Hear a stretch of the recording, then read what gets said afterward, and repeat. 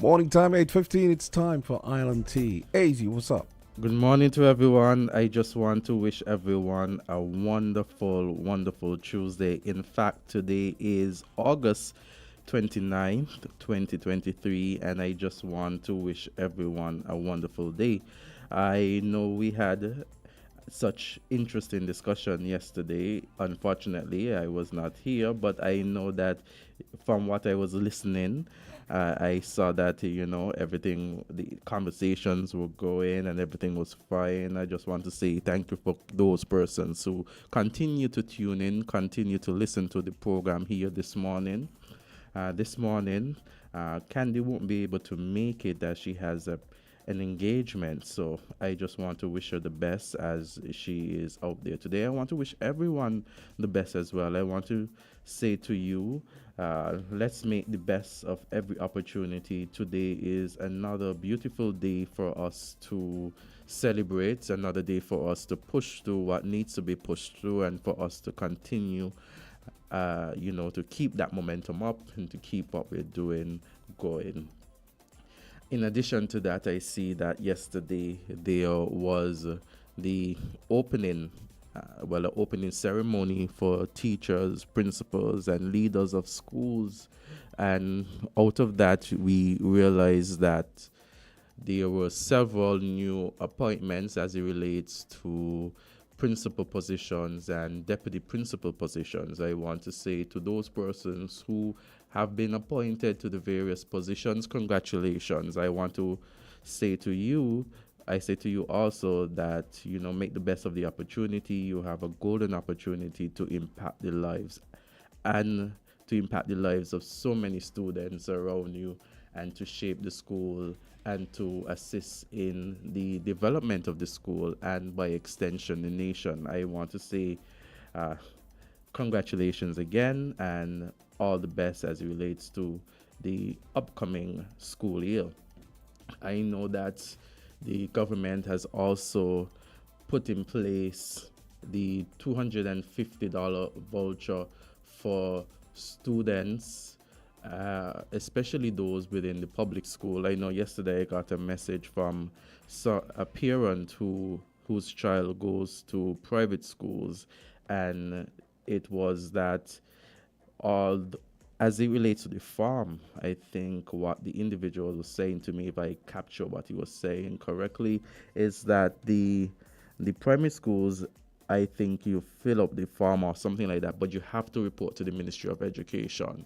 And so there was basically those persons who have children attending private schools, and we have heard the sentiments. Those persons have feel a bit, disconnected, feel a bit left out of what would have been for the same $250 that is afforded to those persons who are attending the public schools, because as it relates, it seems like all that needs to be done for the public schools is the filling out of forms, whereas in the private schools there's a needs basis and persons ought to report to the Ministry of Education. So there are some parents saying that they pay taxes as well, and so the same opportunities that are afforded to students within public schools should be afforded to those students who attend private schools. I mean, we have callers. We could hear their views as it relates to that. I don't know if that's something that persons want to share and to comment on. In addition to that, I see that there is the New Year policy that has been implemented by the government of St. Kitts and Nevis, and I saw that the New Year policy is similar to that that was done in Trinidad and Tobago. In fact, I looked at the Loop article that was published in July, which would have been July 7th, before hours here in St. Kitts and Nevis. And in Trinidad and Tobago, the article, the name of the article or the title of the article is very much similar to the title of the article that was given to us on Loop as well, as it relates to the here policy. And it says, this is Trinidad and Tobago. So it seems like Trinidad and Tobago, it seems like I don't know if it was a discussion between ministries, or maybe it would have been something that was planned prior, or something that was seen in Trinidad. But the article also says, and this is from Trinidad, it says from September 2023, students will be allowed to wear their hair in locks, twists, plaits, afros, and cornrows in accordance with school rules. It says girls will also be allowed to wear hair extensions, including weaves and braids, in the new academic year. I don't think No, no, ours. no, no. You have that wrong. What's that? No, No, this is Trinidad and Tobago. oh, Trinidad and Yeah, Tobago. yeah. Oh, okay. That's why I'm Because saying it's similar. But oh, when I read this, they're I see allowing that weaves. this is different to ours. So in Trinidad and Tobago, they're allowing weaves. Some, I mean, it's similar but still different, because you were able to pick up that difference. They say in Trinidad and Tobago, the relaxing of rules on hairstyles follows stakeholders' discussion on the matter in the wake of a group of boys graduating from the Trinity College not being allowed to cross the stage with their fellow graduates, due in part to their hairstyles.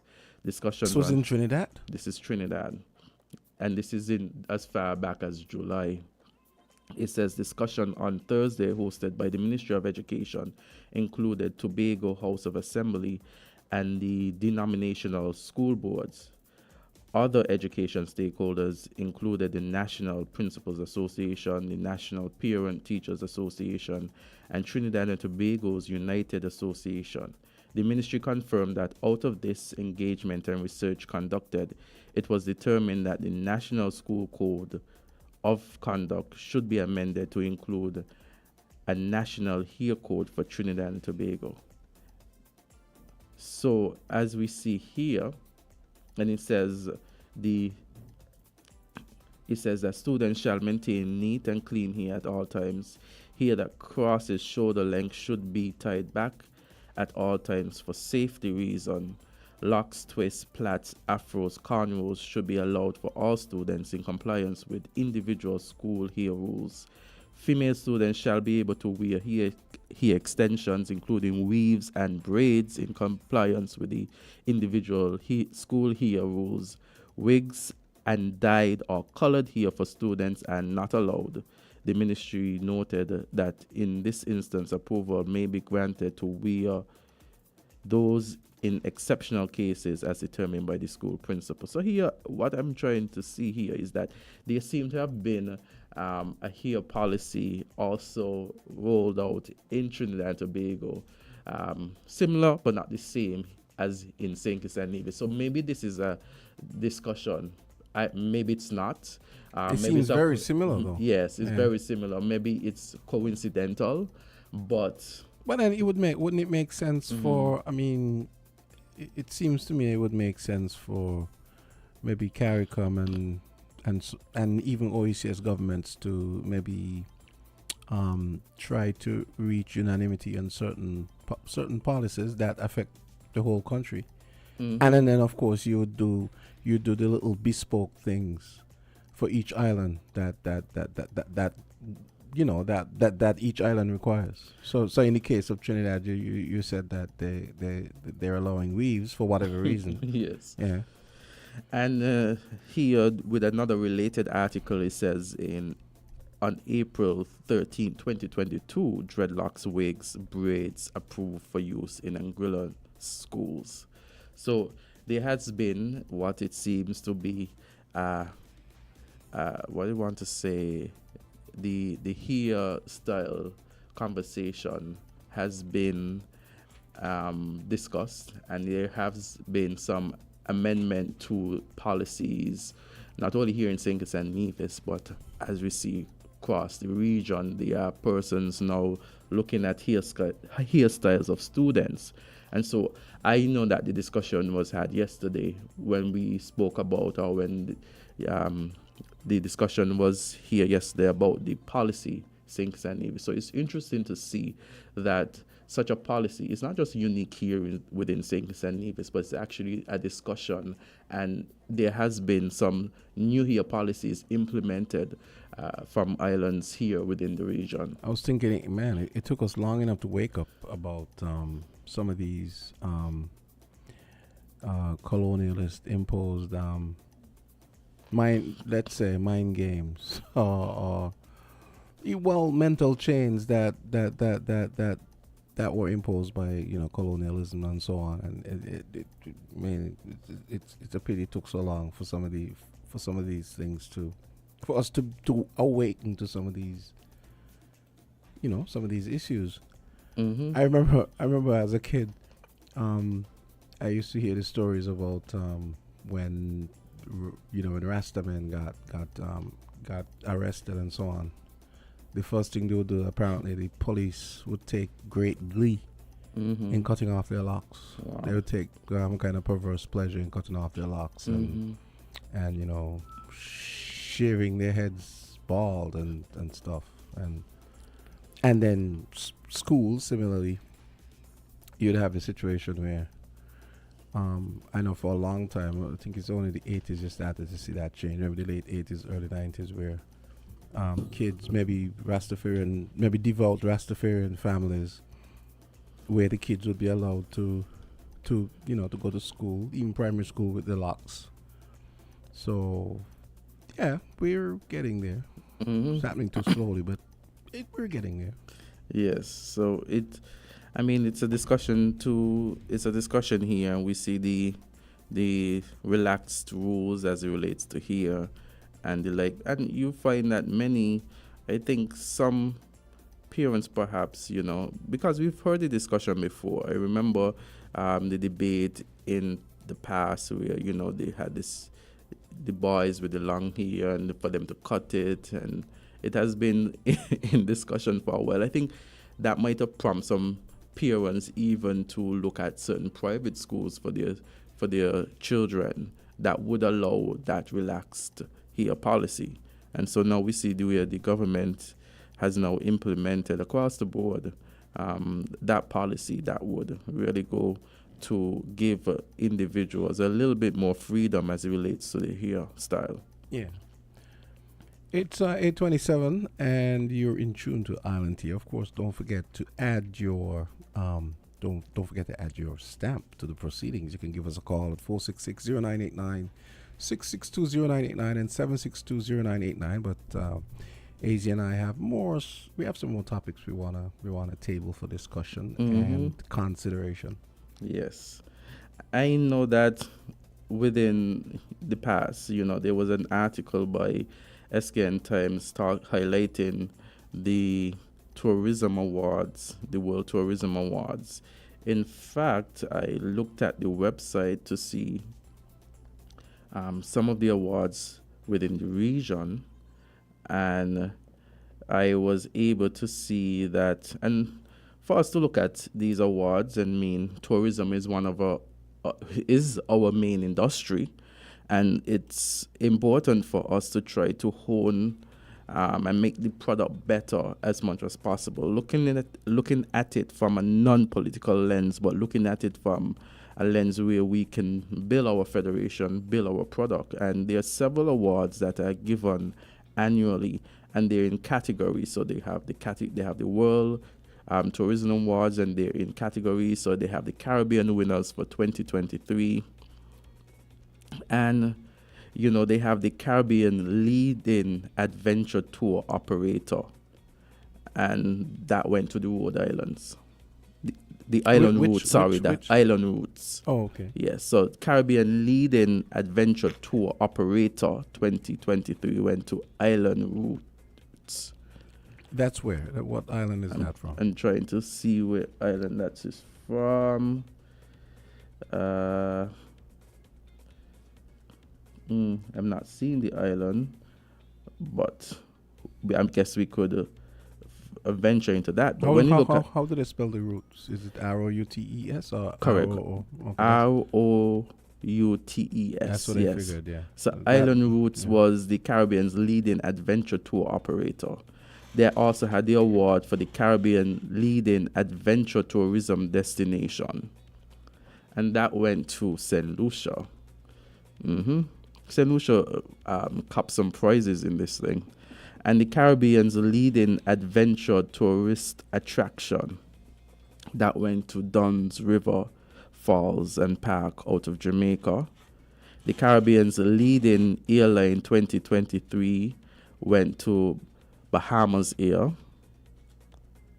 So Bahamas Air received the Caribbean leading airline award. Well, Inter-Caribbean ain't going to be receiving no awards, that's for sure. So the Caribbean's leading airline brand 2023 went to Caribbean Airlines. The Caribbean's leading airport went to the Sangster International Airport in Jamaica. And the Caribbean's leading airport lounge 2023 went to Club Mobe at the Sangsters International Airport, Jamaica. I mean, when you look at some of these awards, it shows where we could perhaps try to improve our product, if possible, to actually be in the competition. But here's one of the things I thought. We actually had a little short discussion upstairs about this yesterday when I saw the article about Senkis not winning any awards, right? I said, well, I mean, you don't think that these people know that the government just changed and they want to give them time to get their ish together, right? So I mean, you can't expect Masha to be on her game with just a year having passed. So you have to give them some time, right? Let's be fair, So, the Caribbean's leading all-suite hotels 2023 went to the Palms, Turks and Caicos. So the Caribbean's leading all-inclusive family resort went to Beaches, Turks and Caicos. Also, the Caribbean's leading beach destination 2023 went to Turks and Caicos Islands. So you have different answers for all those? Yes. St. Kitts and Nevis, we won the Caribbean's leading dive destination 2023. Okay. Now notice, right? That a dive experience is not something that is usually subject to the whims and fancies of changing governments. Notice, right? So that is that particular attraction is something that exists outside of, regardless of what government is in power. Notice it. No, because that was the thing I thought right off the top. When I saw the article, I said, well, it doesn't really mean anything. And anyone who's trying to spin that for political purposes, I think is doing the citizenry a disservice. So think about it. I mean, a dive thing. Okay, yeah. They've been doing it for a while. It's picked up momentum. It has a certain, let's say, efficient inertia already. It's doing its thing. They're refining the diving experience, and that has nothing to do with the fact that the government just won. The Labour Party just won government last August, right? The other things now, you could argue, you can't fault Masha for not having picked up any awards. Really, it takes time. It takes time to get your sea legs. With running any ministry, you have to give them some time. So, anyone who's I feel like who wanted to spin this for political purposes, I don't think that's appropriate, honestly. So there are many. You gotta be fair and reasonable. So there are many awards here, Jamster. So I'm going to ask you this one, and for you to, guess the answer. For the Caribbean's leading cabin crew 2023, which airline you think got that? The Caribbean's leading cabin crew? Yeah, maybe. Your favorite, Inter-Caribbean Airlines. Really? Yes. Sorry, the air conditioning doesn't work, but I'm going to bend over backwards to make sure you have a great flight. I had to highlight that one my based on your previous comments. So when you look at the Caribbean's leading car rental company now, maybe I was just thinking, maybe maybe the flight attendants run around fanning everyone during the flight. If you hear that the AC doesn't work, right? Maybe they run around fanning everyone. And like, hey man, if you could run around a plane cabin fanning people for an hour. you were to the award, right? They perhaps compensate in where they, the other issues that might not be so strong if based on the reports that we receive are true. So if we are to look at the Caribbean's leading car rental company, the award, you know who got that award?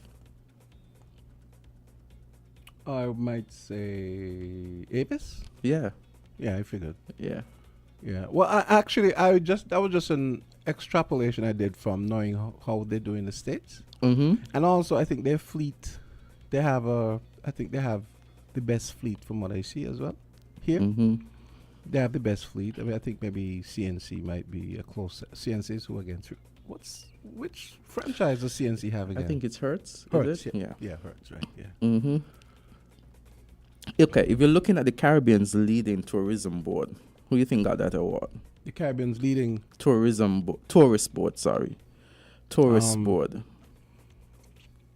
I might say Bahamas. Mm. Let me see if Bahamas has won this in recent time. So it's actually Jamaica. Jamaica. Okay. Yeah, Jamaica won that. Okay.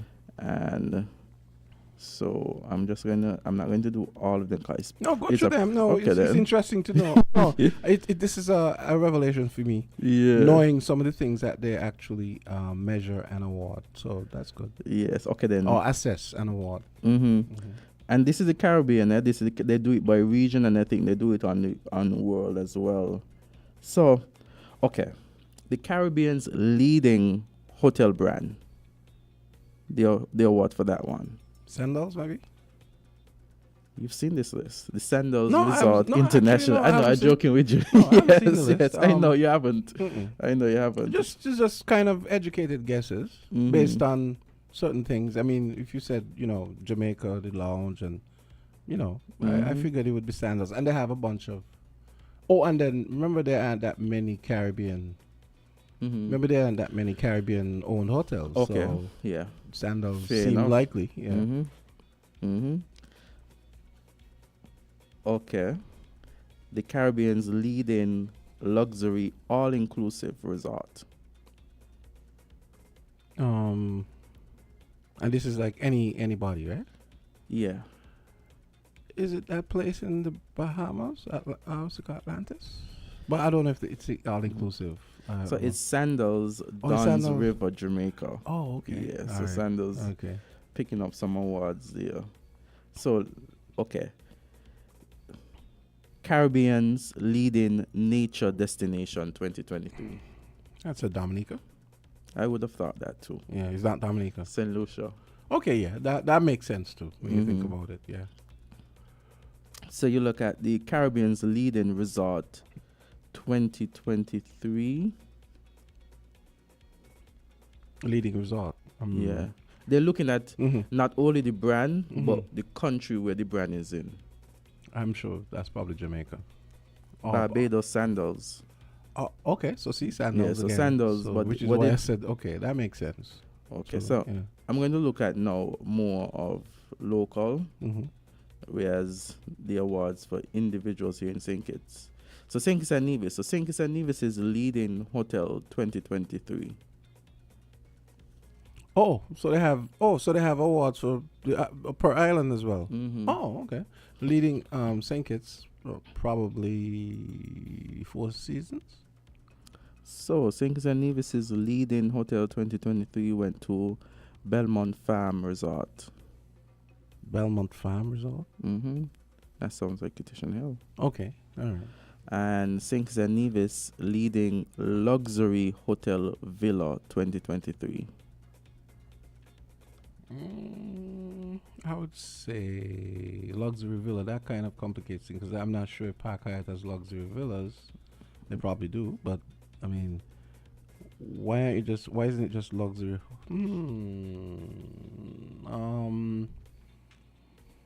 I am gonna. that's a tough one. I'm gonna say 4 Seasons. Correct, 4 Seasons. 4 Seasons. Okay, all right. And St. Kitts and Nevis is leading resort 2023. Well, I would say it would stand to reason with 4 Seasons as well. Yes, 4 Seasons. Okay. So yes, so those are some And of the awards. these are just educated guesses on my part, huh? Yes, Some of them are semi-educated guesses, but yes. So I mean, it's opportunity for us. Another one that we could look at is this is again the Caribbean. so they don't do restaurants and so maybe I and don't no see, nothing no culinary from what I've seen, I uh, don't see any restaurants. okay. Hey, we Yeah. have a call. Let's take this. Yes. Let's take the Island call. T, you're on. Hey, good morning. Hey, Hi. good Good morning. morning. I wanted to comment on the voucher program that the Prime Minister announced with the $20. Now, I find it strange that private schools was left out in the beginning, and all of a sudden, the private schools can partake. My thing is, and the parents of these children in the private school taxpayers. So right there, that is discrimination. Let me be clear. Oh, just for clarification, you're talking about the HERE policy, right? No. I'm No. talking about the $250 voucher for the Oh, teacher. okay. All right. I was confused there for a bit. Okay. So you're saying No, that the private schools have been left out? well, I know they seems to be back in, but there seems to be some kind of impediment.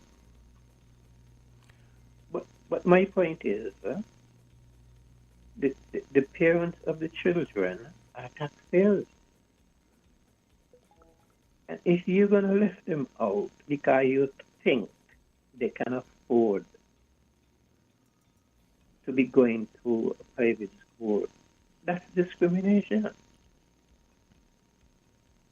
And the other thing I notice is it seems as if the Labour Party, you know, let me put it this way. I saw it in Antigua the same way a few years ago when they had the e-books. The private schools were left out the same way.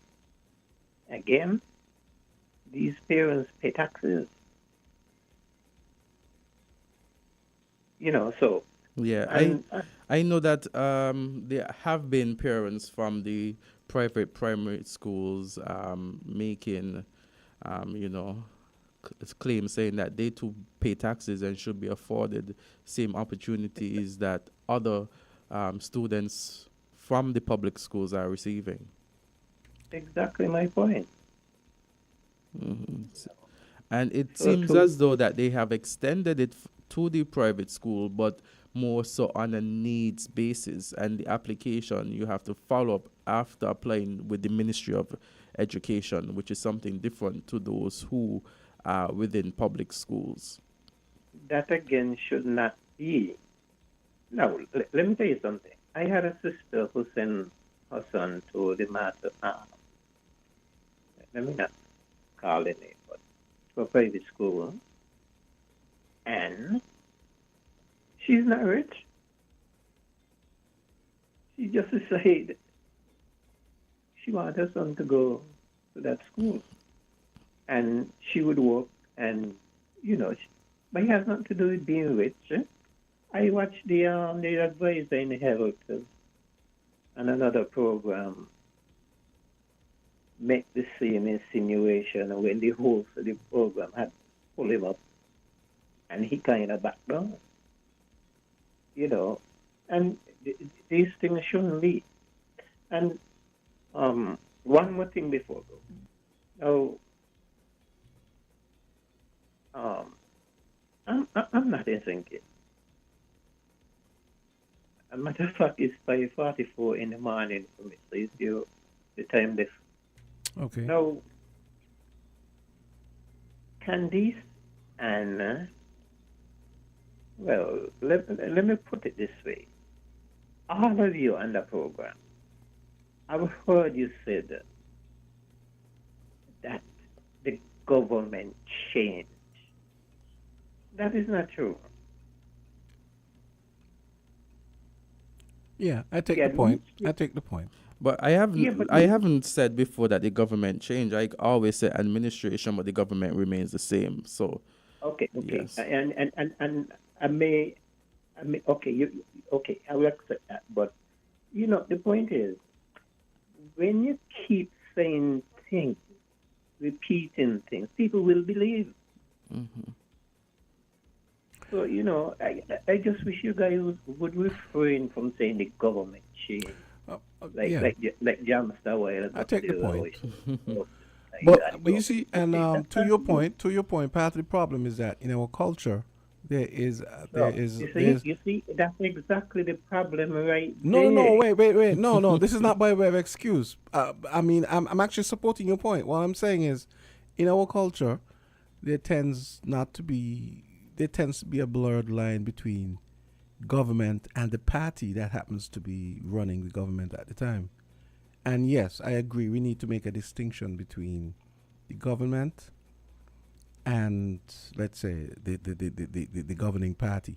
And the governing party, but all parties need to do that as well. It's not just us, it's the parties. Because they're the ones who drive, the calcification of that kind of culture, where people just feel like, oh, the government is a labor government and everything must be labor You see, centric and everything must be pro labor or pro Pam or whatever the case may be.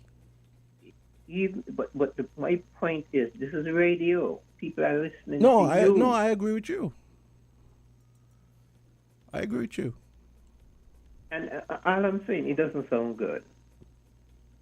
It really doesn't sound good. So if we could try and change the concept, Let's take our because next easy. Well, people I don't say changing believe. government. I don't say changing government. So it's up for us to take our I licks. guess I have to take my licks by Yes, myself. take your licks by yourself.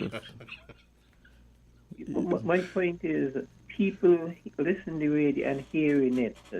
Because when you keep repeating the same thing, people believe it, and that's the point I'm making. Yes. So, Yeah, good point. Okay then. Thank you Okay, so much, okay, Carla. Carla. Yes. Okay. yeah, Okay. Jam, so there was the clip by the Prime Minister Yeah. as it How relates. about we take a break? Yeah, We have we'll to take a quick shout. break and we Yeah. come back. We could do that. I have it queued up already. No actually. problem. Yeah. Yes. Studied hard at school, didn't wanna be a fool, but you're still not in the game. Girlfriend living large, big house and car, that's because she's in the game. Life seems real tough, bills keep going up, and you're still not in the game. It's not that hard for all that to change, it's time to get in the game. You have to be in it to win it. Super Lotto, in it to win it. Super Lotto, in it to win it. Super Lotto, you have to be in the game. Only $6 to play, so play today. Only $6 to play, so play today. Only $6 to play, so play today. You have to be in the game. Get your tickets from Caribbean Lottery retailers island-wide. Maybe it's the way the brilliant gold liquid reflects our sunshine, or how the bright blue of its label mirrors the clear Caribbean skies overhead. Maybe it's the fresh, crisp taste of this beastly cold beer on a scorching hot day. Maybe it's even the way it brings us all together. But one thing is for sure, Carib is very much a part of who we are wherever we're from in the Caribbean. Carib, it's the way we play. Drink responsibly. Need more ways to win cash? Play Pick 3 and Pick 4 with the Caribbean Lottery today. Spend as low as $1 on each game and you can become our next winner. Spend more and win up to $4,000 with Pick 3 or up to $40,000 with Pick 4.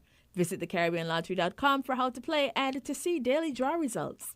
Remember, Pick 3 and Pick 4 each give you 12 chances daily to win. So join the winning team. Over $3 million EC dollars paid out in Pick 3 and Pick 4 so far this year. Play today at any Caribbean Lottery agent island-wide.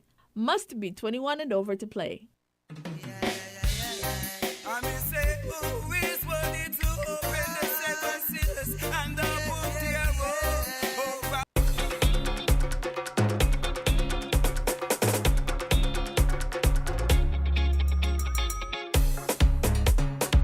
$8:49. We're back. Yeah, we're back. Yeah, so there was a clip by the Prime Minister in relation to some of the capital projects that his government is going to look at. And so we could listen to that clip and weigh in to see, if there are persons who have any thoughts on the matter as it relates to those capital projects.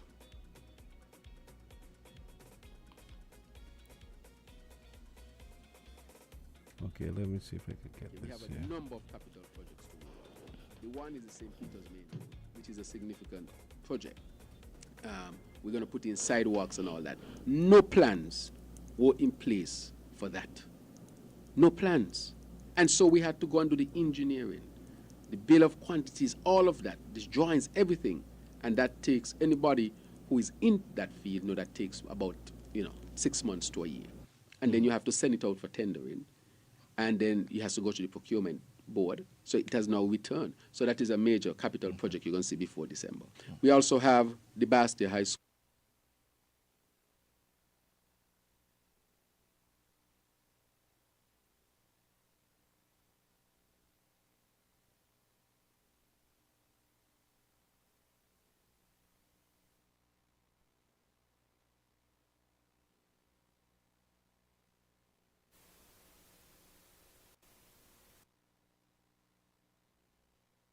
Okay, just hang on there. I don't know. I honestly don't know what happened just now. It just stopped. We'll get it again.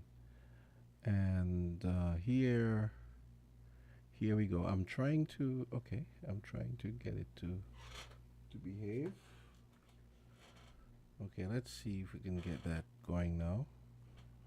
Okay, we have a number of capital projects to roll out. The one is the St. Peter's Main Road, which is a significant project.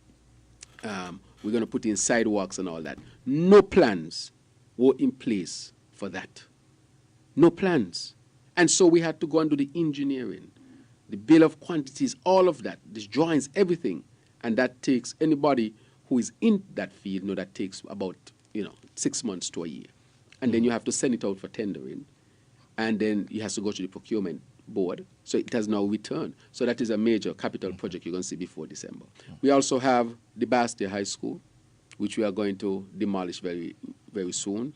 We also have the construction of homes. The homes, I think, is in Newtown. I think is East Street. It is. They're going to demolish that and build up a whole complex. That, again, will provide significant employment.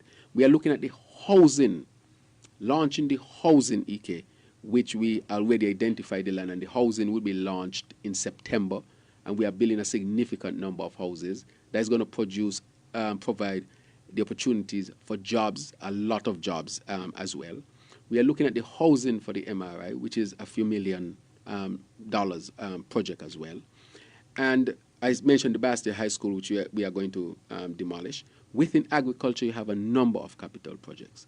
Within public works, you have a number of them, including not just the main road that we're going to look at, but we're going to build roads inside the communities to the tune of millions of dollars. So you're going to have millions of dollars into housing, millions of dollars into the streets and sidewalks and so forth, millions of dollars into the Bastia High School, and then coming on the heel of that, tens of millions of dollars into a new hospital. So when you have a hospital going, which will take about 2-3 years, significant investment, a Bastia High School going, significant housing going, significant roads going, significant investment. And those are the investments from the government. And that is outside of the private investors, where we are seeking to attract the two large agriculture projects that we are doing with the African Bank. And Okay. And that was the entire clip? Yeah. Okay. I remember when I was listening to that clip, it mentioned the housing that would now be focused in September. I know before the government would have been quite ambitious in saying that, it would be 600 houses per year. Now we are heading down to we have a caller. Caller, go right ahead. Hey, good morning, guys. Hi, good morning. I listened that interview with the Prime Minister with EK, and I don't know what to make of it, guys. Honestly, whether I should have it as a ringtone or should I just hashtag it? Because hearing this to the tunes of millions. He used millions so often. It's almost like, what? It's almost like the Prime Minister is all by himself. I mean, are we not intelligent people here? I mean, okay, I serve tables, okay? I serve tables. That's my profession. But like, really, what is going on? What is happening here to the tunes of millions upon millions? I mean, guys, I play it back again, please. Just play it back throughout the course of the day. We need to hear this more often. Thank you, guys. Thank you, Jared. Yes. So, anything stood out to you, Jamster, as it relates to the Well, clip? it would be nice to know how all of this is going to be paid for. Mm-hmm. We never hear that stuff, especially with Labour governments. They have this Mickey Mouse. There's this Mickey Mouse magical thinking approach to doing stuff. Oh, we need this. We're gonna build this. How is it going to be paid for? I would like to know. I think that's a fair question. When I heard about the housing scheme, I thought it was quite ambitious, the 2,400 houses, persons being able to get the houses. But I thought with the benchmark being 600 per year was a bit ambitious. And we see now that we're going down, and the threshold mark, it was first in June that they were supposed to start the construction. Things have changed. There have been some changes. And now we're hearing in September. I am looking forward to see if we're going to get the houses started in September as promised. Because again, when I heard about the houses and the 2,400 houses, it sounds very good. But when you hear 600 per year, to me that is very ambitious. And they still haven't addressed the main issue. It's just something that came up yesterday. The fact that we are a small island. We don't have a lot of land, and we can't be just doing urban residential sprawl everywhere. We have to start going up, and I still insist that the government include a multi-story component for homes, apartments, right? Yeah, that would be effective. I mean, we have to start to think about utilizing the land space that we have more effectively. And again, you want to squeeze in a call? Yes, we sure. have, folks, it's 3 minutes until 9 o'clock. We have weekly dose coming up at 9. Caller, go right ahead, and please be brief. We've got something coming up at 9. Go ahead. Something we have to pay much attention to, which is agriculture. Presently now, right, is a drilling rig over at Keon. Have already found water in one location. But then you hear nothing else is going to drill in the next location. To me, it should not just be drilling for water for human consumption. What about water for agriculture? The rig is now stationed in Keon. Before the rig to leave Keon, they should be focusing on digging wells for farming. Every location that rig goes through, there should be water, should be drilled for farming.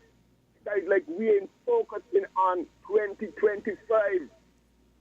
This is supposed to be, because you heard him said something about the Exim Bank for 2 major agricultural projects. So then where is our emphasis on agriculture? Because before times, in our days, we had X amount of agriculture going, non-sugar agriculture. It was watered by the heavens, which is rain. We have the water on the ground. Why don't we now use it? And then he's speaking about the road for St. Peter's. That rig over Keon should be heading for Shadwell when it's moved. When they got Shadwell, got dig, well, it should be dug for St. Peter's area. Putting down up the pipe flow the water from the Dun drill the wells. Would it interrupt after they don't put down the sidewalks of the road? That to have to be looked into when they're going to say, well, put down the main road for St. Peter's. I agree with that. I live in St. Peter's.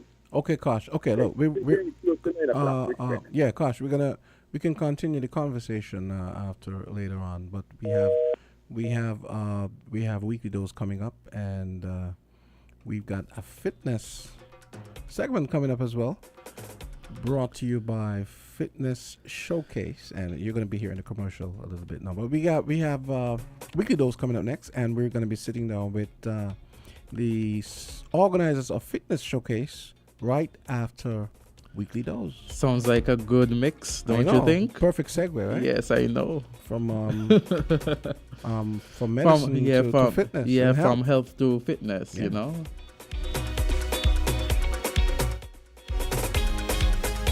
We're different. We're 98.9. 98.9. Win FM. Get ready for the ultimate fitness event of the year. Live Fitness Center presents the Classique Fitness Showcase, taking place at the Sacred's Marriott Ballroom. Witness the best in men's and women's physique, women's wellness, men's classique physique, open bodybuilding, and novice competition. Registration is now open until 26th August, with registration forms available at the Life Fitness Center gym office. Don't miss out on the chance to win amazing prizes and surprises. Get registered now and join us for an unforgettable showcase of fitness and strength.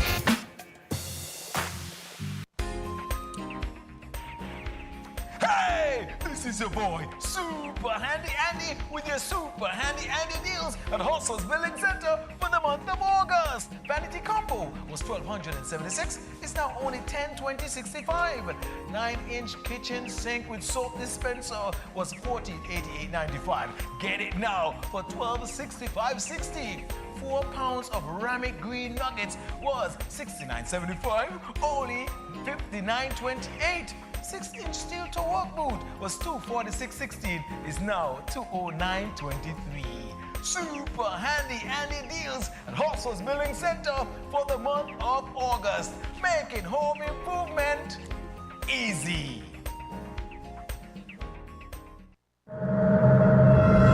Buildings damaged by an earthquake are dangerous. This is not the time for sightseeing. You could be in personal danger and your presence could hamper emergency responses. Also, stay away from areas prone to landslides, low-lying coastal areas, lakes and streams that lead to the ocean. Do not head for the coast until local authorities tell you that the danger of a tsunami has passed. Curiosity can kill. This message is sponsored by the Australian Government, AusAid, and produced by NEMA in collaboration with WINNFM.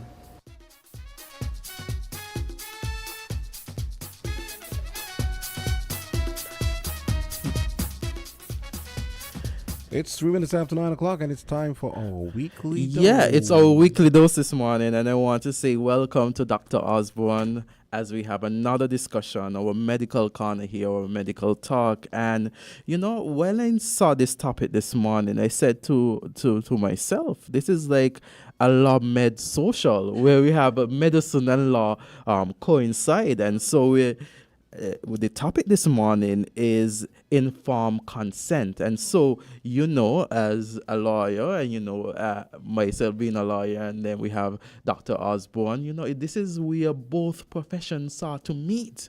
So I said we should have a really interesting discussion here this morning. And so for the interest of those persons listening, could you give us the definition of what is informed consent? Yes. Can you hear me? Yes, good morning, everyone who's listening to us. So we're going to be talking about informed consent today, all right? So as I'd ask a question for us to begin, what is informed consent? It's when your healthcare provider, be it your doctor, your nurse, or whoever is that healthcare provider, explain the medical treatment to the patient before the patient agrees. And this is very important. The informed consent is a process that is required for most medical procedure. You're going to the hospital, you're having a surgery, you're having some sort of biopsy, any sort of procedure. It should be, even your mammograms should be explained to you. So it makes and it enables the patient to help to understand and to make an informed decision. And you're actually making this decision with your healthcare provider. What happens? You sit down and you discuss. These are the options. This is what I think about option A, B, C. This would be my best choice, and the patient will then decide. And the patient can decide if they want to accept or refuse some of the treatment, all of it, or want to proceed with the treatment. So it's a collaborative decision-making process between the patient and the healthcare provider.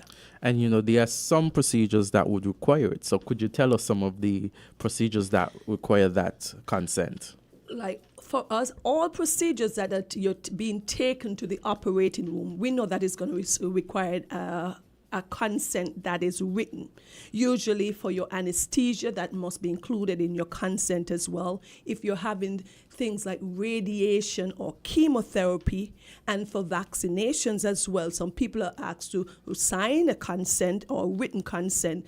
And for things like HIV testing, because we know the implication of having such a result that could change your life, you ask the patient and there is some sort of consent. Mm-hmm. So tell us, what does this consent agreement include? Okay, so the informed consent agreement should include what? Your diagnosis, whatever the diagnosis of your condition is, the name and purpose of the treatment. Give you an example, the diagnosis. Oh, I think you have appendicitis, acute appendicitis. So what is the name of the treatment?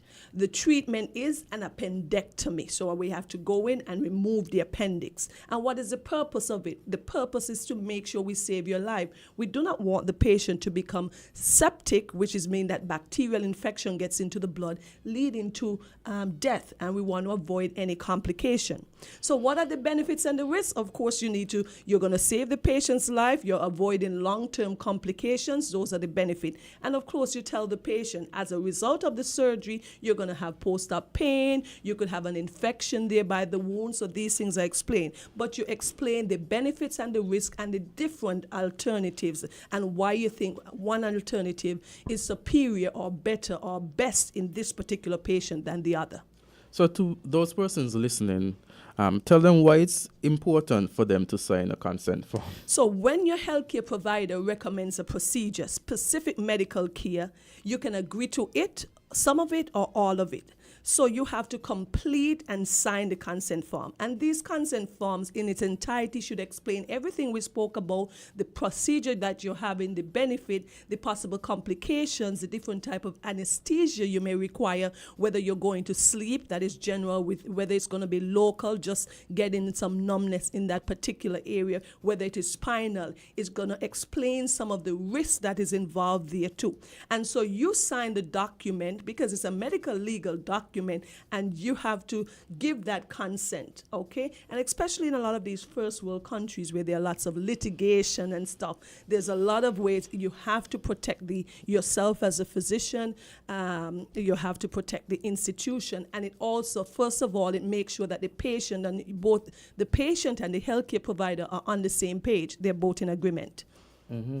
So what does it mean when the patient signs a form? So when you sign the form, basically when I would see that form and it is signed by the patient, I'm saying, and anybody would think that you received all the relevant information about your procedure from your healthcare provider. You understand what it's saying.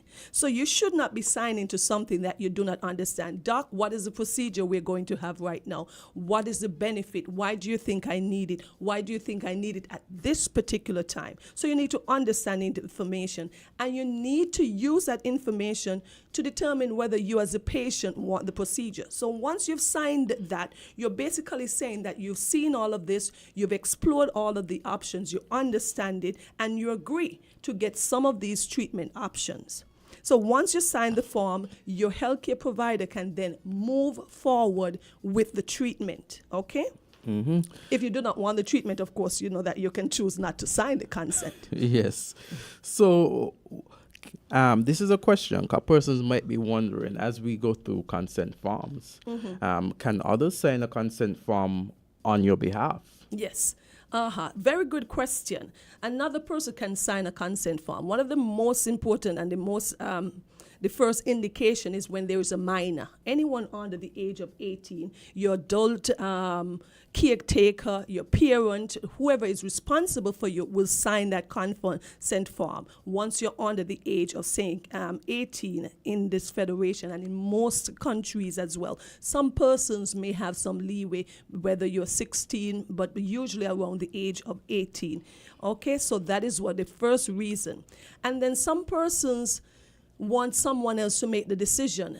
Like if you're in a relationship, you have your wife or your husband. The wife may tell her husband, or vice versa, the husband tell the wife. I prefer if you sign that consent. Once the person knows that they're putting that responsible, that person is the next of kin. That person can have that responsibility. So This is something that comes up often, and it's one of implied consent. Yes.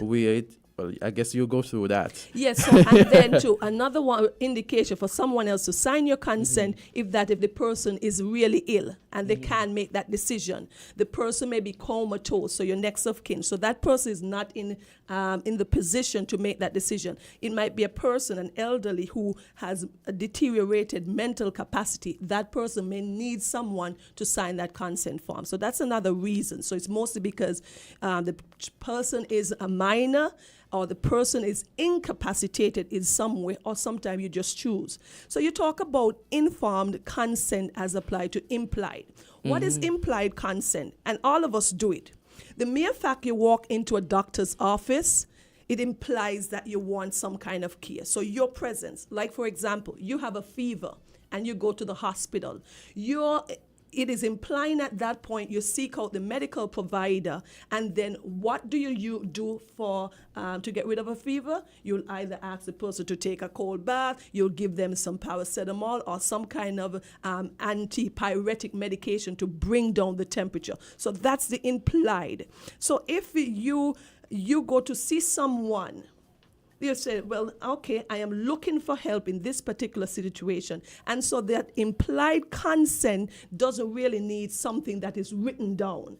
Okay, so you understand the difference. And we can use that for day-to-day visit to your primary care physician, to any doctor, or to the emergency room visits, typically. Hazy, she sounds like a lawyer, doesn't she? Yeah, she really is explaining the consent here. And tell us, when is informed consent not required? Okay.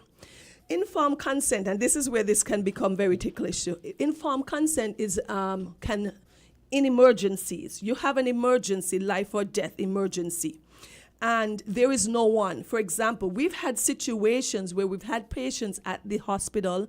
They might have been in a motor vehicle accident, and there is no one there to give a consent that is a family member at that particular time. But time is of the essence. You think that the person has something that you need to take them in the operating room right away. In those instances, so you may look for a close blood relative to give that consent, but if that person is not available and there's a life-threatening situation, the healthcare provider can make that decision to decide, okay, we're going to go in. If there are any calls, we encourage persons to call in. We are talking about informed consent. We're talking about consent agreement. We're talking about implied consent. And, you may have questions out there. You may have questions to ask as it relates to issue of consent. I know persons when it is that they're faced with the medical challenges. And, we have persons who have been faced with persons who face medical challenges, and of course this will be a question of concern to them as to who has the authority to make certain decisions on their behalf. Of course, persons out there, if you have questions, if you have concerns, we're encouraging you to call in and to address those questions, address those concerns. Well, to have those questions addressed and those concerns addressed. So what is the bottom line? Okay, so what is the bottom line? So the healthcare provider recommends a specific procedure, and you as a person has a right to accept or refuse. One of the things sometimes a patient has to be informed about what is happening to them. Oftentimes, and this comes from the older society and the older physicians, where the patient didn't ask too much questions. Whatever the doctor said is what was done, or what was it you were going to do. But the patient now, as we advance in technology as time, persons are becoming more informed, and persons want you to sit down, explain to them what are the risks, the benefits associated with this procedure, and you have the ultimate right to decide if you're going to undergo this procedure, especially once it is not an emergency. But this is why the physician would sit down and explain, because if you refuse this procedure as well, you would document, the physician or the healthcare provider would document that. So later on, it would be clear that you did refuse this treatment as well. So there is responsibility on both ends. But because you're the one who's responsible for your autonomy, you can make that decision. Okay? So you have to make it voluntarily. No one should force you to do that. I remember hearing a physician said that, and this is a story an OBGYN told me one time, that one time there was a female patient, and he never did this again. A female patient had an indication for a hysterectomy, that is to take out the womb. And the patient asked him what he thought. And he said, okay, let's go ahead and do it.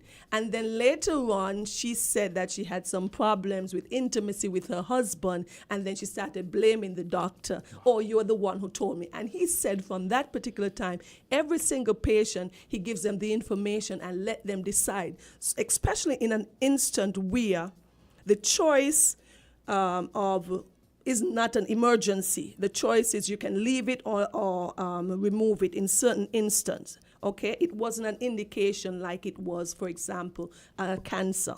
I think the lady had fibroids. So once you make that decision and you do not allow the patient to make that decision, then the patient can turn it back on you and make it appear that you pressure them or you influence them to make that decision. That is why all this discussion is very important, because then litigation comes in as a lawyer. Person will say, well, doc, I wasn't clear exactly what the procedure was when they went to go to their lawyer. I don't think he explained to me well, and now I'm having this complication after the surgery, and I want to sue. What would you say to that? Let me ask you a question. Based on your experience, and you have been, we have a call. So, caller, you're live on Island T.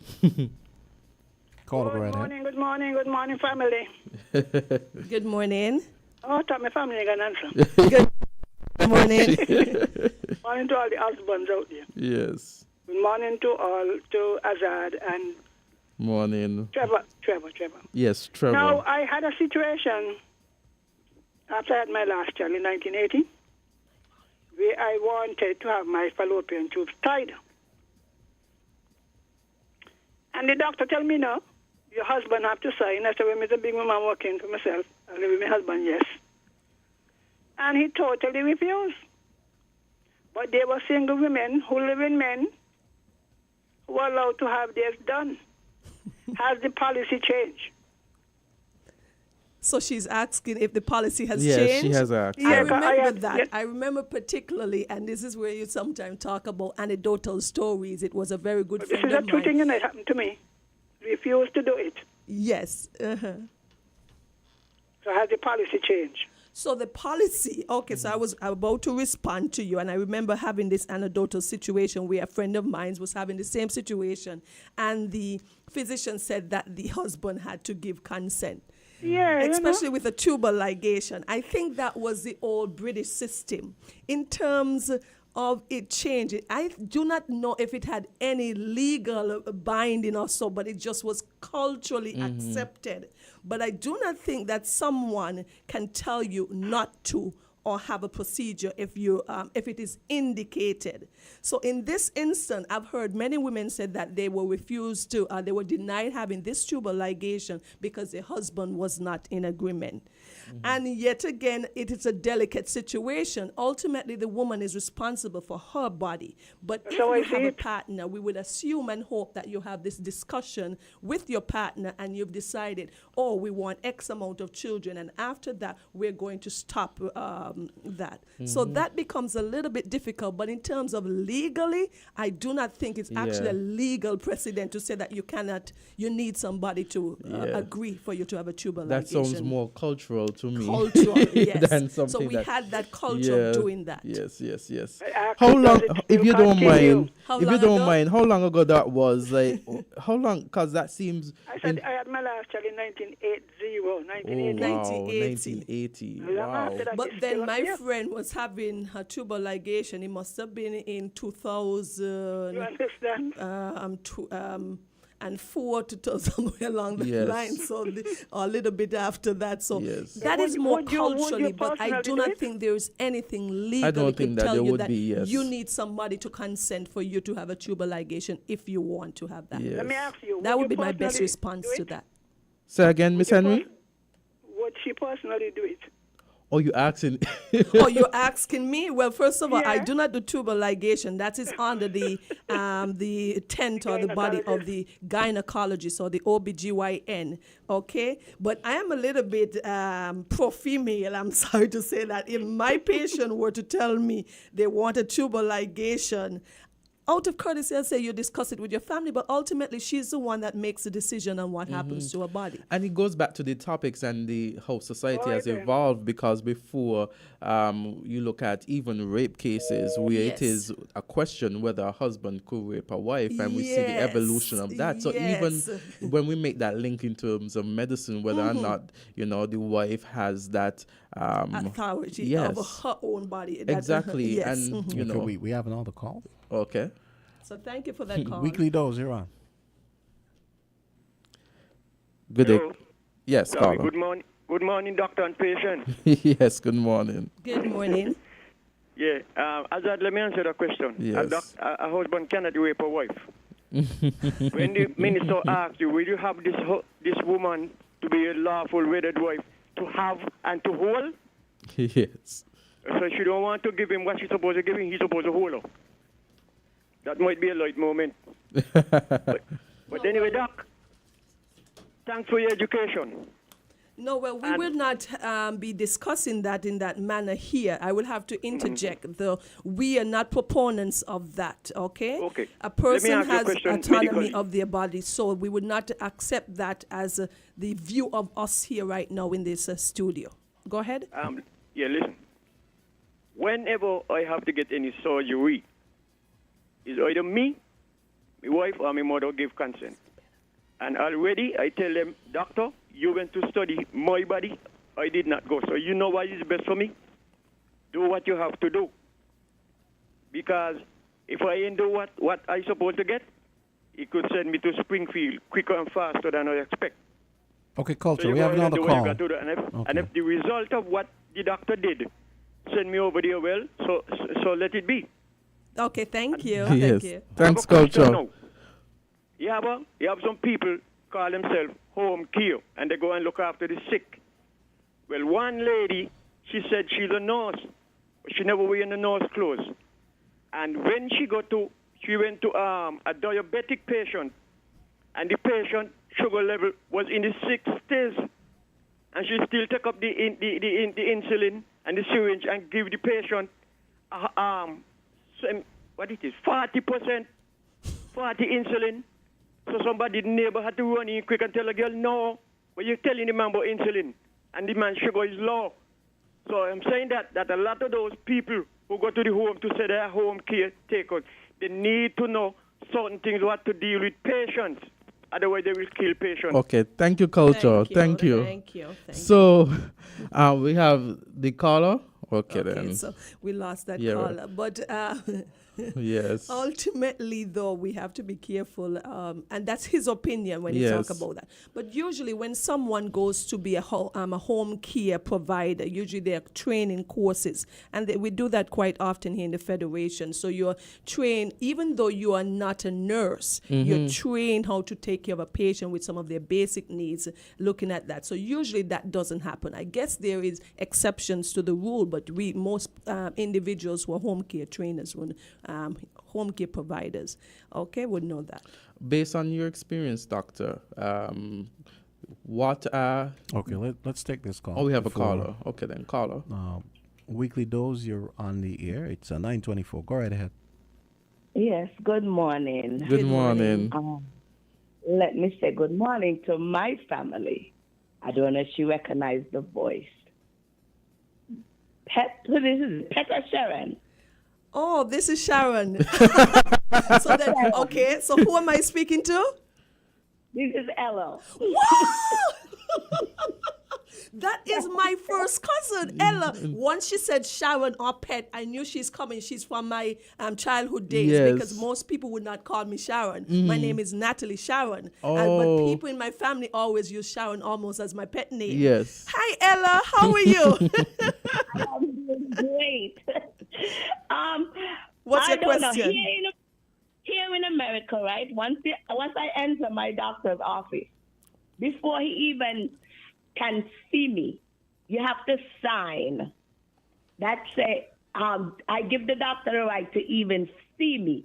If he gonna give me anything else, I have to go for any surgery, they have to sign a different form for that. Correct. Everything they do, you have to sign for every.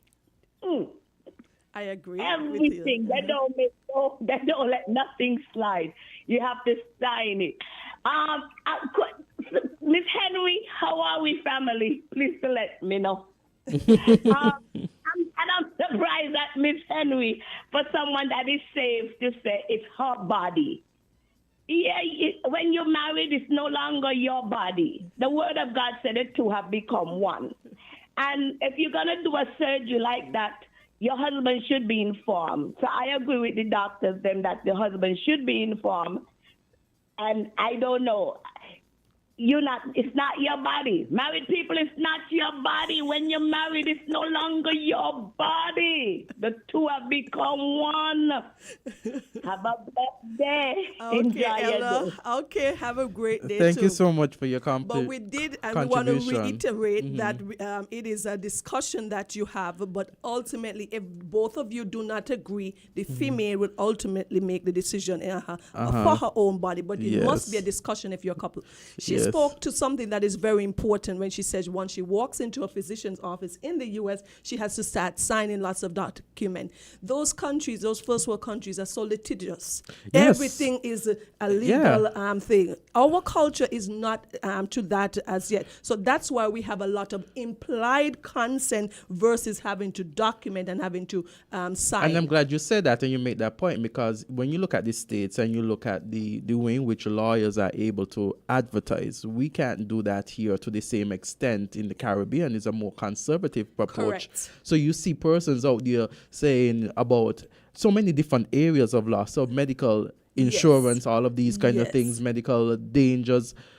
And negligence will be a high one that you find a lot of persons out there. So doctors have to be very careful, because it's just a lawyer by the corner waiting for somebody to mess up. To go wrong. Yes, and that is why healthcare is so expensive in the U.S., because these doctors have to have high coverage for any medical, legal repercussion. Exactly, because as you said, litigation in the States, it's really high. And no one makes joke when it comes to going to see a lawyer. And because the lawyers, they're available. Yes. At, you call 1-800 1-800 lawyer and one shows Exactly. up.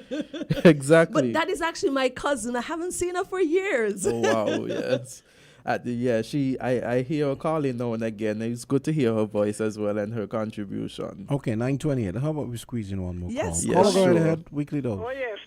Tell her I'm an husband. Father was a husband. I went to school as husband. Still being husband. You have husband in the village, husband down Trafalgar, husband up in Mount Hill, a lot of them up there. My father, Uncle Children. Okay. And I met this, I don't know if it's the doctor's father. One day I was walking down 4th Street. My father had passed. And this gentleman came out of the Island Bakery in front of me. I almost collapsed. The man looked exactly like my father, So I said, well, mister, who are you? But he said he's a husband, but he's from Connery. Wow. So, that is to satisfy my friend in the States. So if you're a husband, born husband, then you're my family. All right. Now, at what point should people be given things to sign? I'll tell you an incident I had. I went to have some eye surgery. And when I am on the trolley, if you want to call it trolley, to go into the thing, the nurse brought this paper, right? Explaining the surgery and the possibilities of losing your vision, Yes. I asked the man, well, you didn't tell me that. then I could have made up my mind. You understand what I'm saying? Yes. And this thing happened in more than one place. They wait until, well, I must give Dr. Wilkerson some credit. One time, 1999, my husband was seriously ill. They couldn't figure out what was wrong. And one day he came and tested the oxygen in the finger. And he said, Mrs. Head, your husband is seriously ill. He has a 50-50 chance. He said, I don't know exactly what I'm going to see, but I want to go in. And I gave consent, you understand? Yes. Mm-hmm. So sometimes like that. But I believe sometimes people should be given enough time. Maybe even when they come to you, not you, to the doctor, and he recommends surgery. Maybe you could start to tell the person. But that is correct.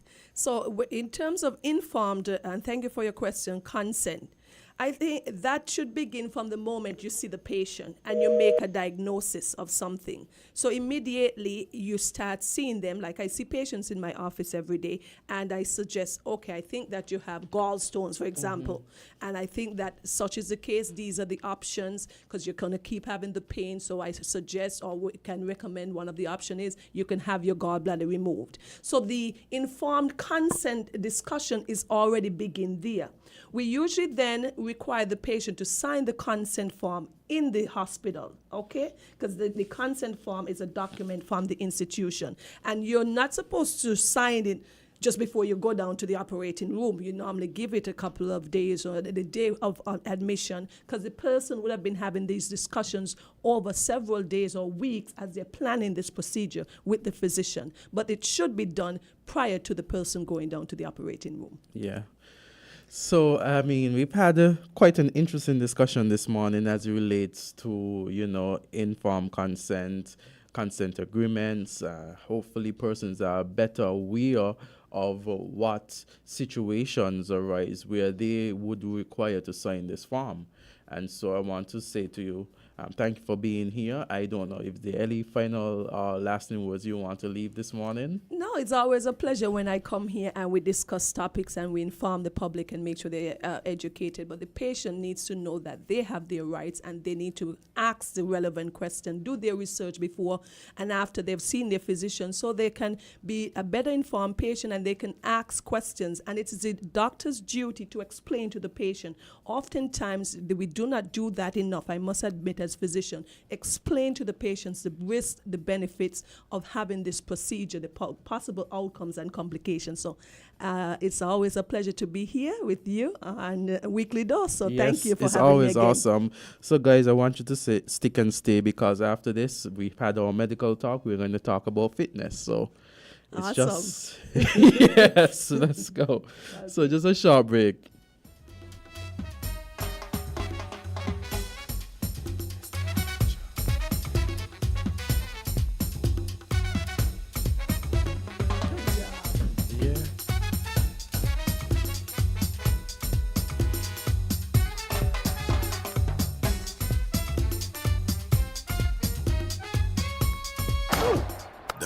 Party in sports is back with the Patriots Party Stand powered by Carib Premium Lager. Come enjoy 3 for $10 Carib and $5 Rockstone while watching the exciting matches.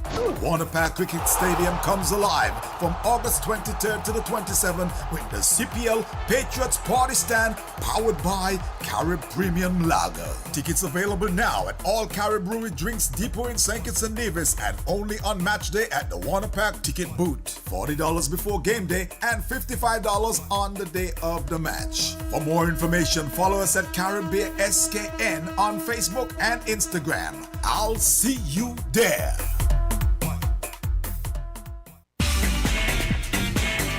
Found the sound 98.9 Win FM.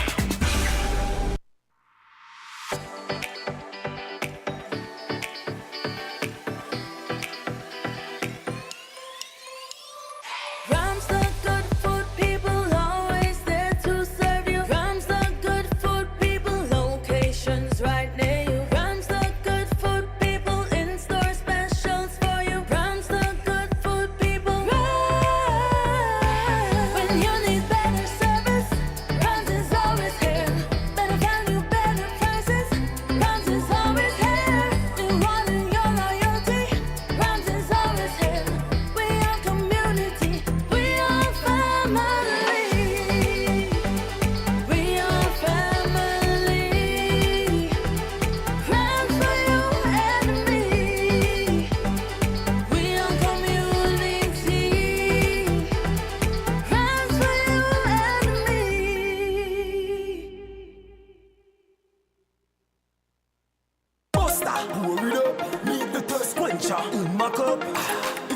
one hold it up and say, must the put the colors in my life. Refreshing and nice, and I drink that what we like, but stand you full of vibes, living for the color. I know black and white, we do what we like, we live to enjoy life. Bust that, pour it up, different flavor, load it up. If you have one, hold it up and say, must the put the colors in my life.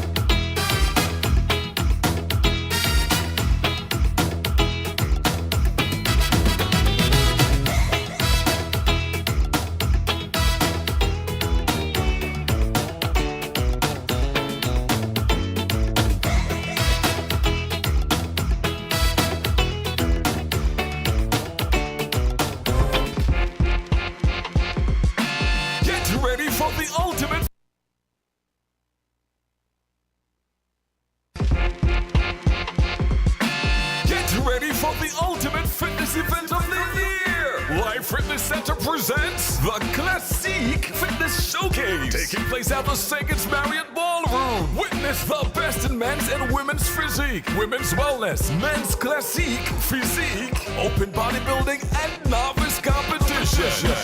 Registration is now open until 26th August, with registration forms available at the Life Fitness Center gym office. Don't miss out on the chance to win amazing prizes and surprises. Get registered now and join us for an unforgettable showcase of fitness and strength.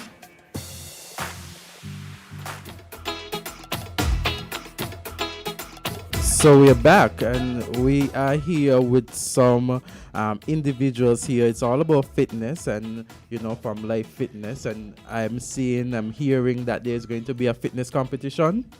So tell us more about it. Tell us what we could expect from this competition for those persons out there who are into fitness and physique. Okay, good morning, everybody. My name is Vanessa Pennyfeather, and I'm one of the organizers for the Life Fitness Center Fitness Invitational Showcase. That is taking place on Saturday, the 16th of September, so National Heroes Day, at 6 p.m. at the Marriott Ballroom. This year is our second show that we're putting on, and this year we have the patronage of Her Excellency, the Governor General, Dame Marcella Liebert. She's going to be lending us her patronage for the show. We do have a lot in store for persons attending. We do have a packed sideshow. We have an audience competition. So, there'll be something for everybody. There's going to be some door prizes, a photo wall, and of course, we're going to have a special gym sign-up opportunity just for that night for persons who attend the show and are interested in signing up. The genesis of the show really is to, one, promote Life Fitness Center as the premier gym in the Federation, and two, to give gym goers and even persons who are not familiar with the gym an opportunity to see what can be accomplished when you take fitness seriously, when you have discipline and you want to see your life improve health-wise. And so those persons who are actually lifting iron or taking part in cardio or aerobic classes, where you can go in terms of competition, not just nationally, but regionally and internationally, if you want to qualify. And also to show persons, like at-risk youths and those persons who are not athletic in terms of running up and down like football, that you can actually come into the gym. You can lift weights, you can work out, you can try to get the body that you would like to have. As we have one of the posters in the gym saying, look good naked. look better naked. So, and those persons, like I said, who are actually into fitness and bodybuilding, where they can go in terms of career, whether they want to compete themselves or they want to, just encourage others in the sport. Yeah, I mean, looking at it and being someone who, has an interest in fitness and the like, a lot of persons often say, you're going to the gym, is it because you want to go in a carnival troupe or something like that? And I often say to them, no, it's just for your own personal benefit, your own personal wellness, and to feel a bit more, better about yourself. So could you tell us about the competition? You said it's not the first time that it's going to be here in St. Kitts and Nevis. Right. How often has it been held? This is the second The one. second time that it has been held. How was the first one? The first one was off the charts. I mean, we actually had so many compliments. Last year we had 5 females and 5 males. This year we have 4 females and 8 males. And they'll be competing in 4 different categories. In the females, you have the wellness category, and you also have the bikini segment. In the males, you have the physique and the classic physique. And so you have a mix depending on what you want to showcase for yourself. So there are the 4 categories. So could you give us a detailed difference between each of the categories?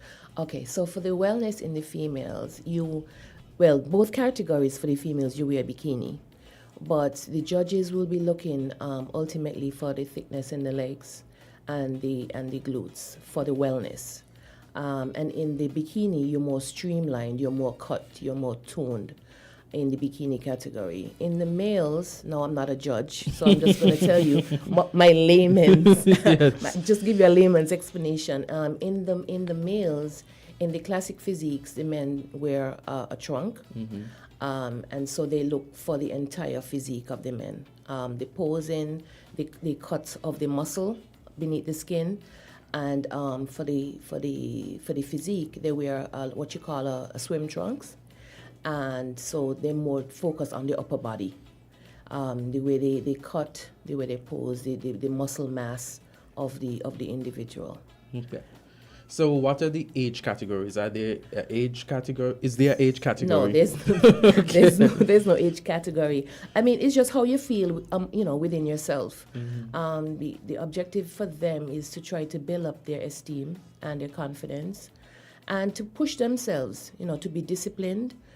So I have with me two of the athletes who will be competing, and they'll tell you a bit more about their routine and how they're preparing to enter the show. But we're trying to build up the confidence and the self-esteem to push them, you know what I mean, to see how far they can go, no matter the age. Because you do have persons who compete well into their 50s and 60s. I mean, once you take care of yourself and you have that discipline, once you're confident to go on the stage. So that is what we're trying to do with persons. Awesome. So we have some persons here who would be taking part in the competition. Could you tell me your name, give us an introduction, and what category you will be involved in? Okay, good morning, everyone. My name is Rachel. I am competing in the wellness division. So that's the legs and the glutes. Yeah, you're expected to have a nice shoulders. Yes. Small waist. Nice ass. Sorry, let me say well-toned ass. Yes. And nicely shaped legs. Yes.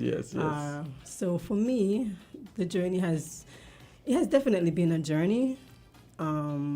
Let's put it this way. Between a month ago, I was like at 150 pounds. Now I'm at 140 pounds. I'm expected to drop at least 5 more pounds. Just imagine months ago I was trying to lose 10 pounds, couldn't lose 10 pounds for nothing good. And now that I'm actually entering the show, it definitely shows where you have to have effort and discipline, determination, to get where I need to be. So tell us. I mean, it's not easy. Trust me, it's not easy. There's days when I get up and I'm like, do I really want to do this? Like, I am literally so tired of cardio because I need to get to a certain... I think I'm supposed to be between 12% body fat. Yeah. Between 12 to 15. I'm at 15 right now. So it's definitely, I'm not going to say it's hard, but it is hard. But for me, I have always been a healthy eater, but it has reached a point where it definitely has been restricted, and that's definitely no fun. Tell me about your diet then, because that is one of the major areas when you want to get into. It's not fun. I mean, working out exercise is only 20%. Yes. From what I've known, and eating is like 80%. So I work it all the time. Yeah, I maintain what I have, but now to lose weight, that's where the diet comes in. Mm-hmm. And for the show, it has definitely been restricted. In terms of think foods, like a week coming onto the show is like my water has really gone down, has really been limited. Yes. The food. Imagine. The water has gone down. Explain that. When I say my water intake. Yes. Because it's coming up to the down? show, But why? coming up to the show, I'm supposed to get dry. Yeah. So now I'm actually being limited to the amount of water that I take. I know the last week is definitely like a bottle a day. For food, vegetables has been limited. So right now I'm just on like green vegetables, and that's like salads and spinach, kale, asparagus. I'm literally so tired of eating them. Sweet potato. It's how you prepare it. Normally my meats are just, I probably could eat any meat I want, but it's just like salt and pepper. I can have sweet potatoes and maybe a little brown rice on my days when I'm doing legs. Mm-hmm. So it's definitely not fun, but at the end of the day, I know it's worth it. Yeah. And it's a healthy lifestyle. It's a healthy way to live. So I have learned to actually love what I'm doing now. I mean, I used to like exercising, but now I know the concept behind it and the better way it is to live. Mm-hmm. Yeah, it's a lifestyle. Yeah, it's a really good lifestyle. definitely. And you see some persons who get into the fitness and, as you said before, you were always a healthy eater, and now you have to go harder, so to speak, in terms of the restrictions that you would have met. And that's why a lot of times some persons go into shows, and after the show is over, persons say, well, how can we get back all this weight? And so because the preparation it takes to maintain that is really rigorous and very difficult. So we have another person here who is also going to be competing. So could you give us the same thing, your name, a little introduction, and what category you'll be taking part in?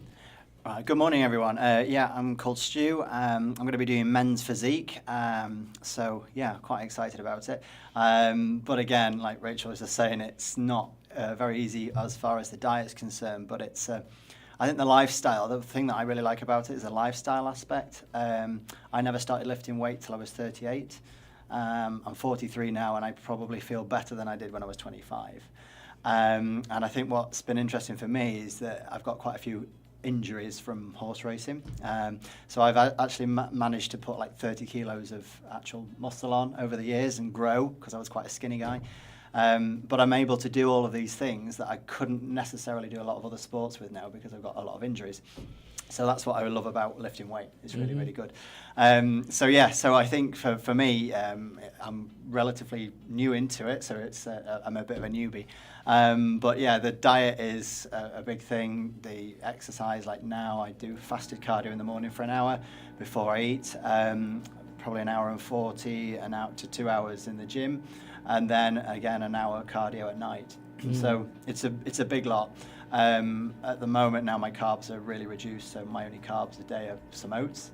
The rest is just protein and, as Rachel said, green beans, which, green beans and broccoli, the biggies, staples. But it's all about, I think, the routine. There's also something quite nice about it. You get that discipline, that whole thing.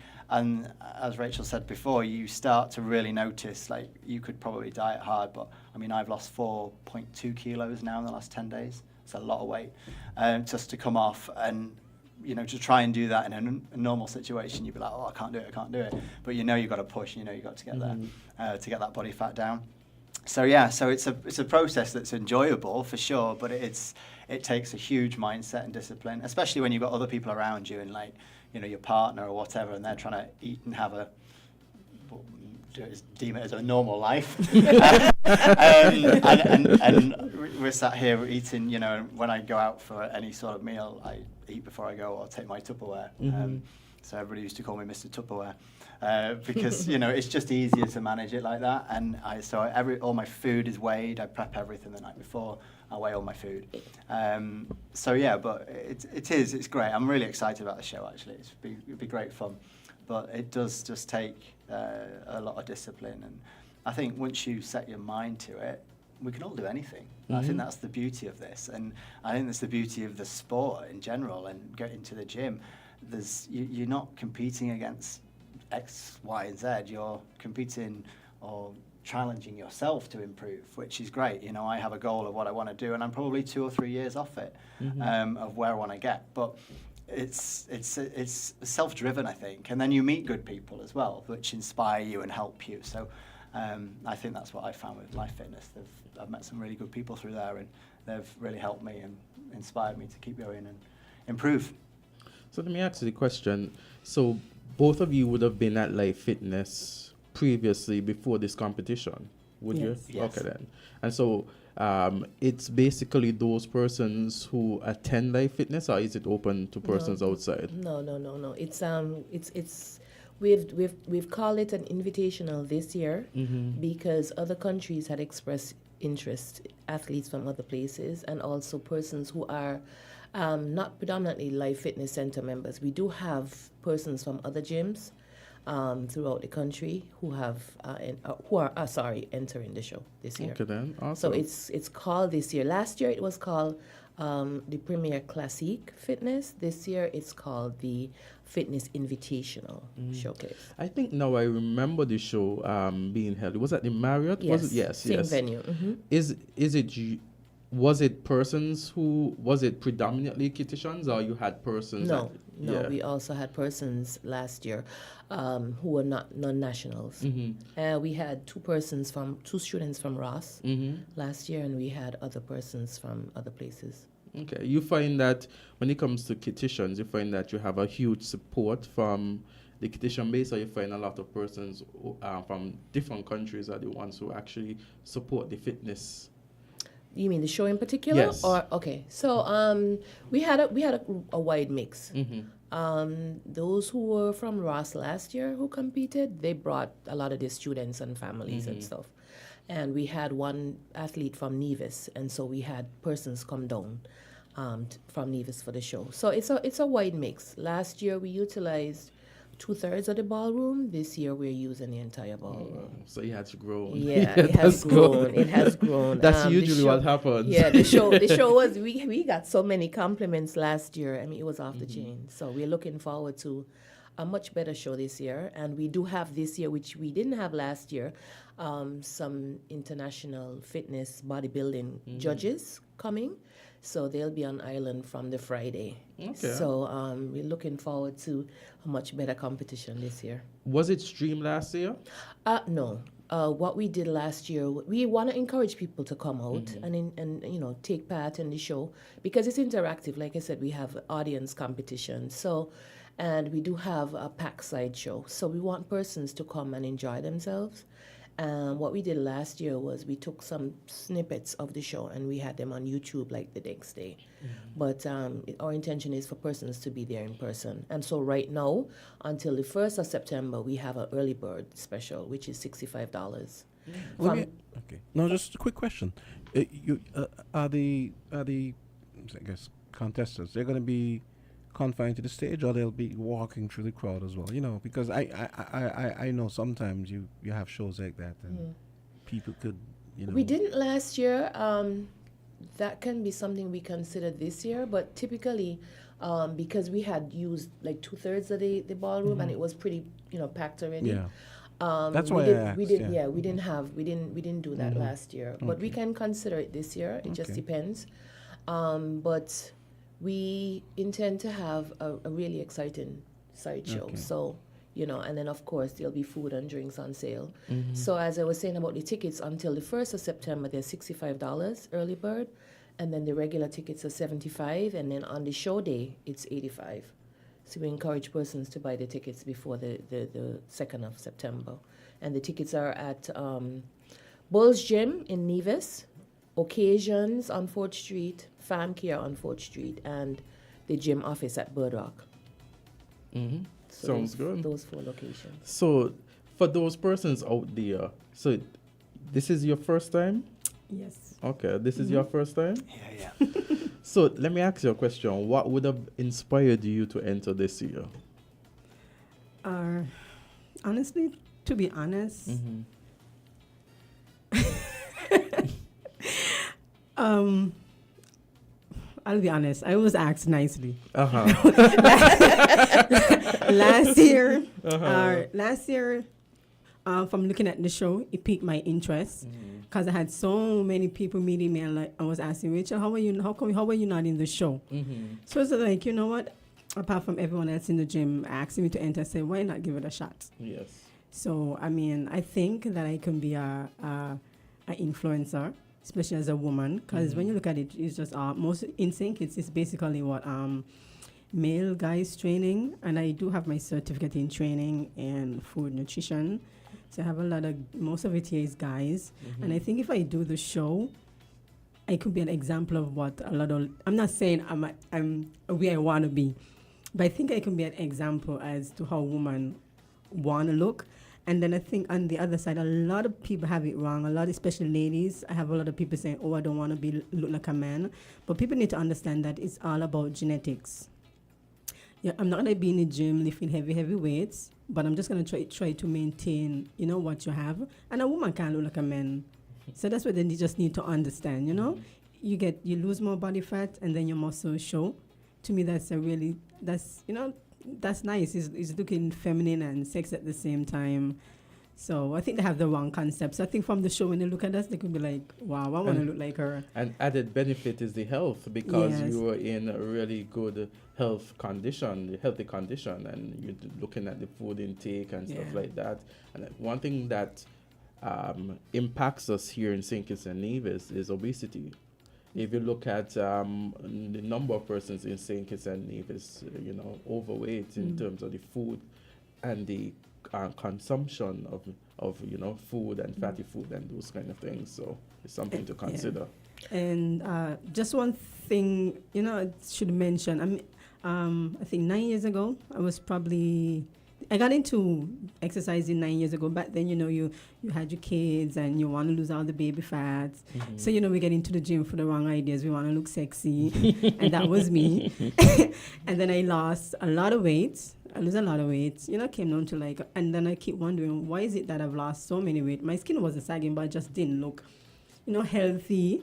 I didn't look sexy like I wanted to look. Everything was just dropping. And then I got into the gym.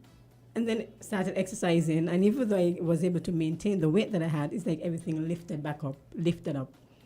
So, that's one thing to think about. Because you see, we lose weight and we don't look healthy. I want to be thin, but I still want to look healthy. And then the thing about it too, everybody's body is different. And so how you interact and how you learn your body as you work out, and what might work for somebody might not work for another person. So tell me. One thing about fitness is that when you're fit, you can tell when something is off with your body. Yes. Like when you eat a particular diet and you go and you buy something from a vendor, like food, and you could tell the salt is totally off because you don't use salt on the daily. And so you're like, I'm normally eating this, and this is somebody I've been buying food from all the time. Or even drinks. It becomes super sweet. This tastes like syrup, that kind of way. When you're more into your fitness for your body, when something is totally, and I'm not supposed to have that because, this is outside of the norm. Yeah, so. I like how you make that point, because even when I talk to some persons, because I work out and I try to watch what I eat, and then sometimes you buy food from one place and another, and you could tell the difference perhaps in the oils or whatever. You could tell when someone cooks with a more old natural oil. Yes. So it really puts you in tune with your body. Yes. It does. So you said that this is the first time. What would have inspired you to be a part of this competition? I think just to test myself, I've been on quite a big bulk for quite a while, trying to grow, and I was probably at a stage where I was like, right, where am I at? I need to sort of regroup, refocus, have a focus. And I think the competition was a great thing for me to do because I was ready to cut. I was ready for another challenge to do and just see where I'm at. I mean, this for me is like, I want to do my best, but it's all about experience and doing it. So the whole process, you learn something again, you learn something, what's good, bad. And I think Vanessa's right. You when you're sort of lean and good, you know what's good for your body. You know, you're like a sports car, really. You know, you're finely tuned engine. Mm-hmm. So I want to say thank you for the three of you to coming on the show, being a part, educating. Any lasting words that you'd like to give before we conclude? I just like to encourage persons out there, Nevis, St. Kitts, come on out to the show. It's National Heroes Day, 6 p.m., Marriott. Get your tickets, occasions, Farm Care, the gym office, Bulls Gym in Nevis. It's going to be a great show. Don't miss it. Come see us. Don't miss it, guys. Yes, awesome.